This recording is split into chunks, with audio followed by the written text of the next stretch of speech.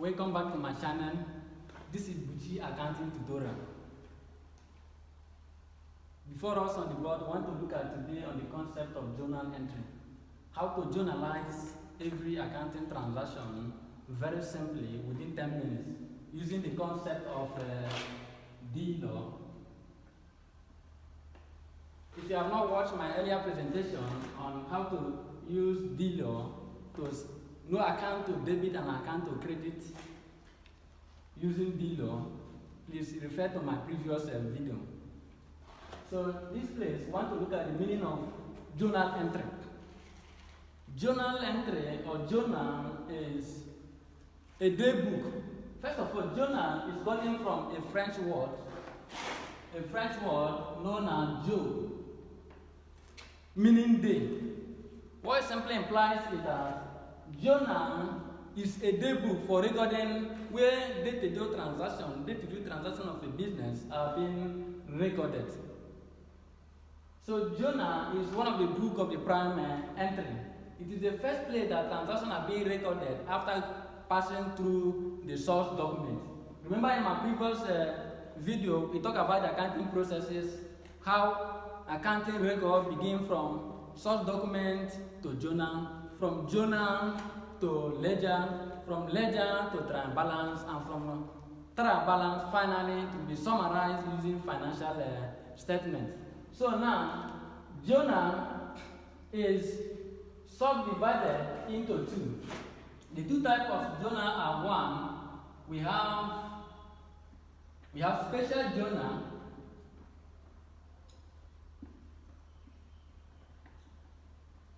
We have special journal, and we also have general or you have general or journal proper.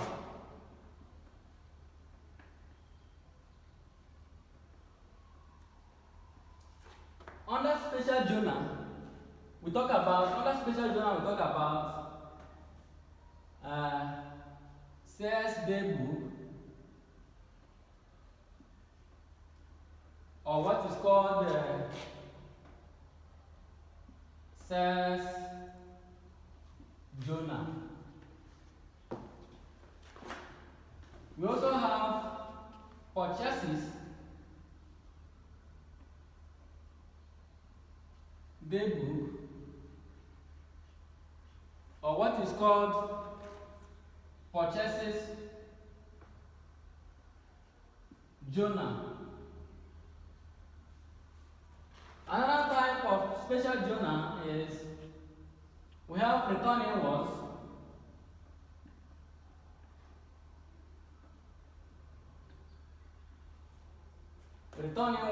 day book, or what is called sales return journal. Number 4 is return outward,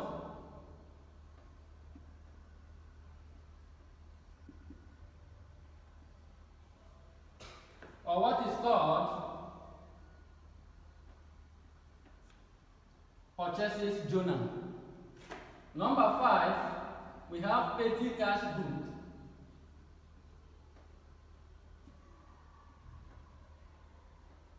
And finally, we have number 6, we have cash book.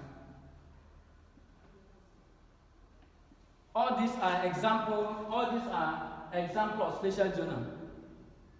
So sales day book or sales journal is used for recording credit sales. Are used for recording credit sales, while purchases day book is for recording credit purchases, while return invoice or sales return journal are used for recording purchases. Sales return. A goods is sold, but was due to some reasons, maybe due to below the standard or one reason or the other, they are being returned back to you. The number 4 is return outwards. These are purchases, the book for recording the goods you bought, but due to also some one reason or the other, you return it back to your supplier. Are being recorded back in purchasing data. We have plenty cash book for recording small disbursement of a business, small expenses of business. And finally, we have cash book for recording cash, only cash transaction. So these are examples of general journal. But our focus in this video is all these are examples of special journal. But our focus in this video is general, or what is called journal proper. So now let's look at what are the uses of journal proper. Any transaction that cannot be recorded in any of these above books are usually recorded in a journal proper. So let's look at how we are going to use general journal with the concept of B-law to record or to journalize every transaction. So general journal or journal proper are used to record 1. Purchase of goods, purchase and sale of assets on credit. Purchase and sale of an asset on credit cannot be recorded in any of these day books. So the best book to use and record it is journal proper or general journal. Another transaction which cannot be recorded in any of these above book is number 2. One is journal is also used for correction of error. Number 3 is transfer. Journal is also used for transfer between accounts.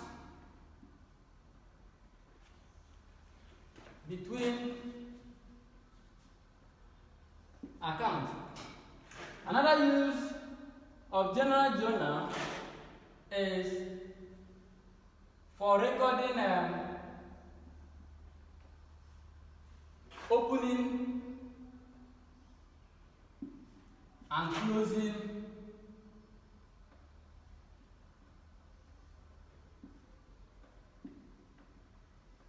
and closing entries. And another one more I would also like us to look at is number 5. Is one is for purchase and sale of asset on credit, for correction of error, transfer between accounts, for opening and for closing entry. There are so many uses of general journal, but let's look at this for now.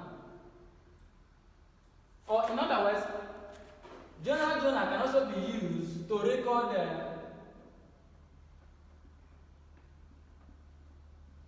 double entry. It can be used to make double entries. So now, this above transaction cannot be recorded in any of these mentioned above day books, except with the use of general journal. Now, before we give example on how to use general journal and using the concept of journal to journalize transaction of this kind, let's look at the steps to follow before to journalizing any transaction using D-law. And the steps are: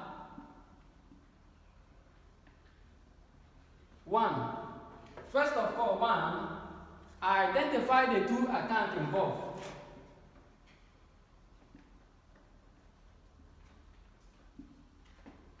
The 2 accounts involved. Now, number 2, find the category that each of those accounts where they fall under D-law. Find the category they fall under D-law. Remember that in my previous video, I explained what each of the alphabet stand for. D stand for drawing, and E stands for expenses, A stands for assets, L stands for liability, E stands for equity, which is also known as capital, and R stands for revenue, which is also known as income. So this is the debit side, and this is the credit side. So it simply implies that drawing expenses and assets always have a debit balance. Liability, equity, and revenue always have a credit balance. So in every transaction, try to identify the two accounts involved, then find out the categories that they fall under that concept below. Then finally, okay, but now assuming that the transaction said for in respect for sale of an asset on credit, assuming the transaction said sale of motor vehicle 500 naira on credit to Mr. Peter. Now, what are the two accounts involved? You have the motor vehicle, which is an asset account, and then Mr. Peter, who is our debtor. So now, asset is decreasing because you are selling out, and then the debtor is increasing. His debt is increasing. So, to journalize the transaction, you are going to say.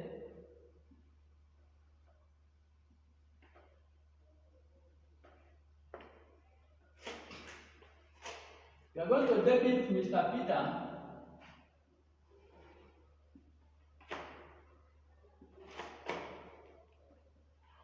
₦500, and then we credit the motor vehicle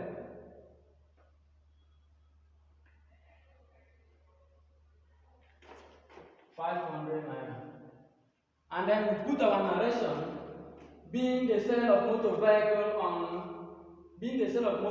to Mr. Peter. Being the sale of motor to Mr. Peter, and then we rule the line. This is how to pass the entry for transaction or to journalize transaction regard to sale of an asset on credit. Then in regard to number 2 now, as one of the uses of journal is used for correction of error. Assuming we have a transaction that said, assuming the transaction said cash sales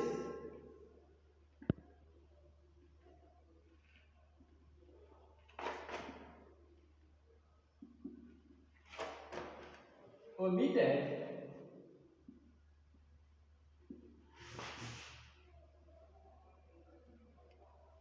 in the account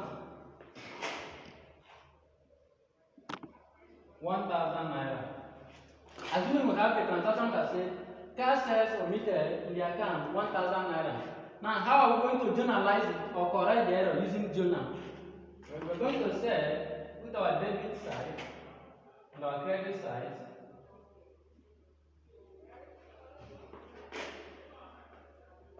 First of all, we ask ourselves, what are the double entry for cash sale?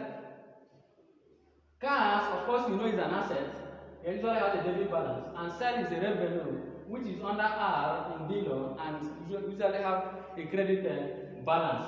So, since they say cash sales omitted in the account, what we're going to do is to go back and do what? And debit it. Go back and pass the normal entry, or the double entry for cash sales. So what we're going to say now is cash 1,000 naira, and then we say sales account will be also 1,000 naira, and then we put our narration being cash sale omitted. We put run the line. If it is a case of overcasting or undercasting of the value of the cash the value of the cash sale, then the entry would have been a different case. But for this type of error, this is how to pass an entry and then correct the error using journal. Then number 3 Number 3.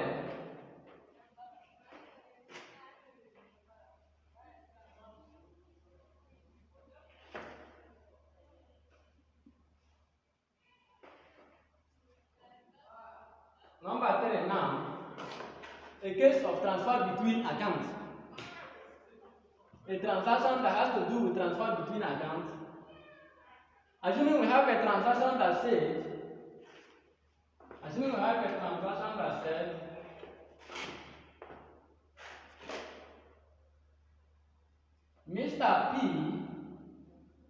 Mr. P, who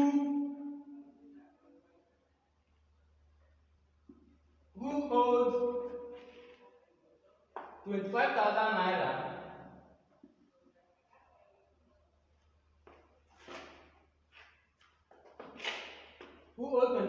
naira paid with a machinery or with a motor vehicle.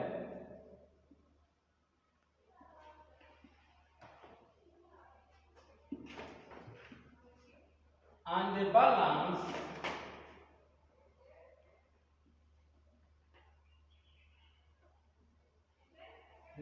was written off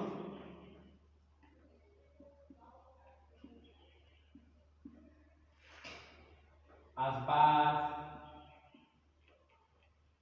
debt.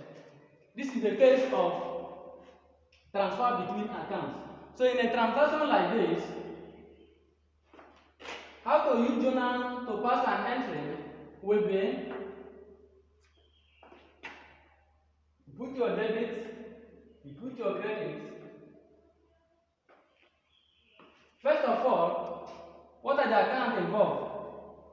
We have the motor vehicle account, we have the debtors account, and then we have the bad debt account. This is a case of compound, this is a case of what is called a compound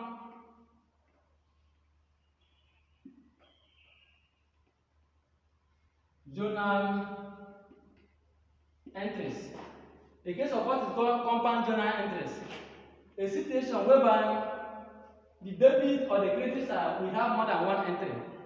So in a situation like this, first of all, motor vehicle is coming into a business, so an asset is increasing, as you can see from the dealer. So we now say motor vehicle.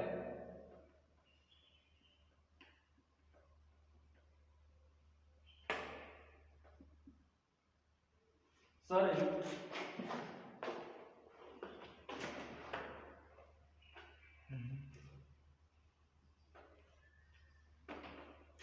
We run motor vehicle.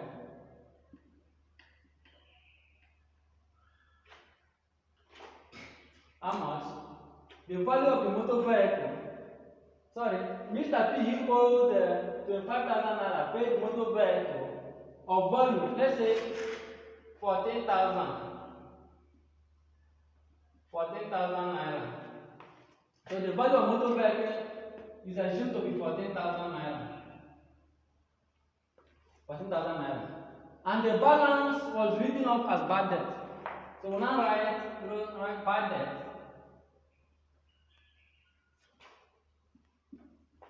And the balance is supposed to be 11,000. Now have bad debt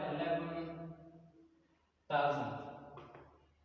Then Mr. P, who is our credit. Okay, now the narration will be being motor vehicle given as a part settlement and balance written off. So finally now, the last one talks about journal is used to record opening and closing balances or entries. Assuming we have the following opening entries. Let's see how to journalize it.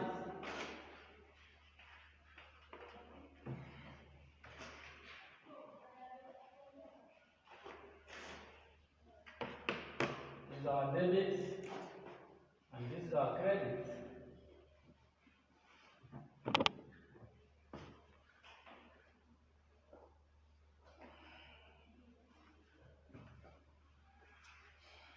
This is our number sign. Now, assuming we have the following transaction, then knowing assuming we have the following opening entries now. We have motor vehicle. This one are for assets.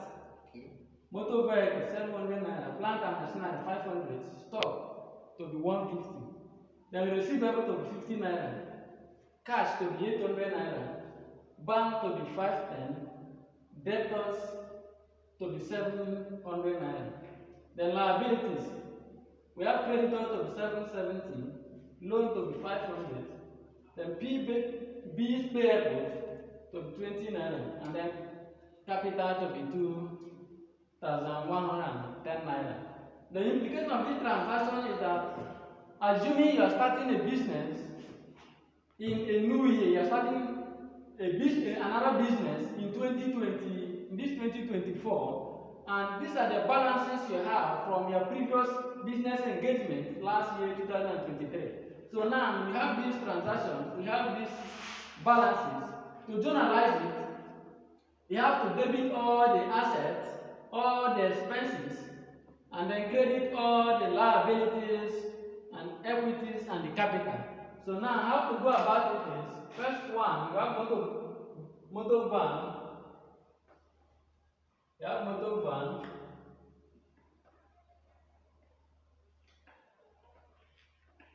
Motor van, we have it as 700 naira. Motor van is an asset and should have a debit entry. Plant and machinery.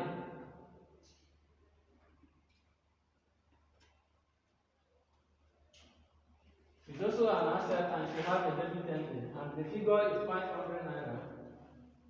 And we also have stock. Stock is also a non-current asset. And the value is 150. So you also have a debit entry. We have B receivable. Receivable is also a current asset. B's receivable, the value is 50 naira. We have cash.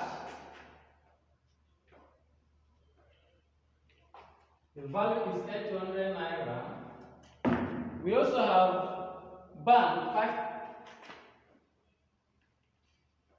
The value for bank is 510. We also have, finally, we have debtors to be 700 naira. We have debtors. And the value is 700 naira. And for the liability side,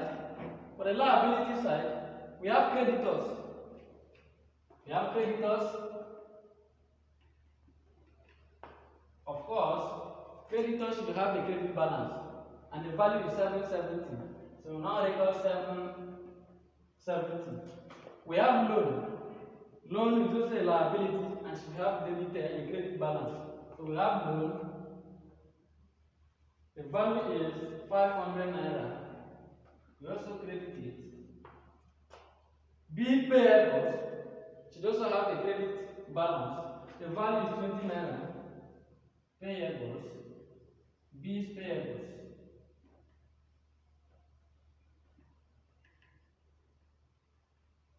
The value is 20 naira. Finally, the capital will now be, the capital is 2,120 naira.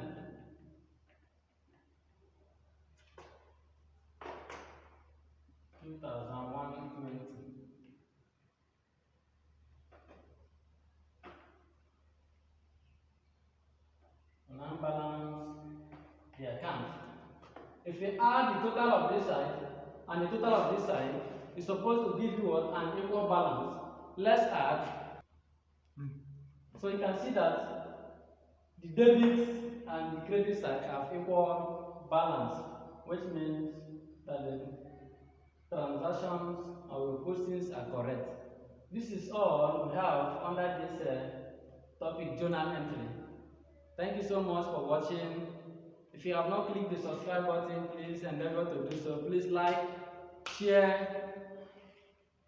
Until we meet again in another video. Bye for now.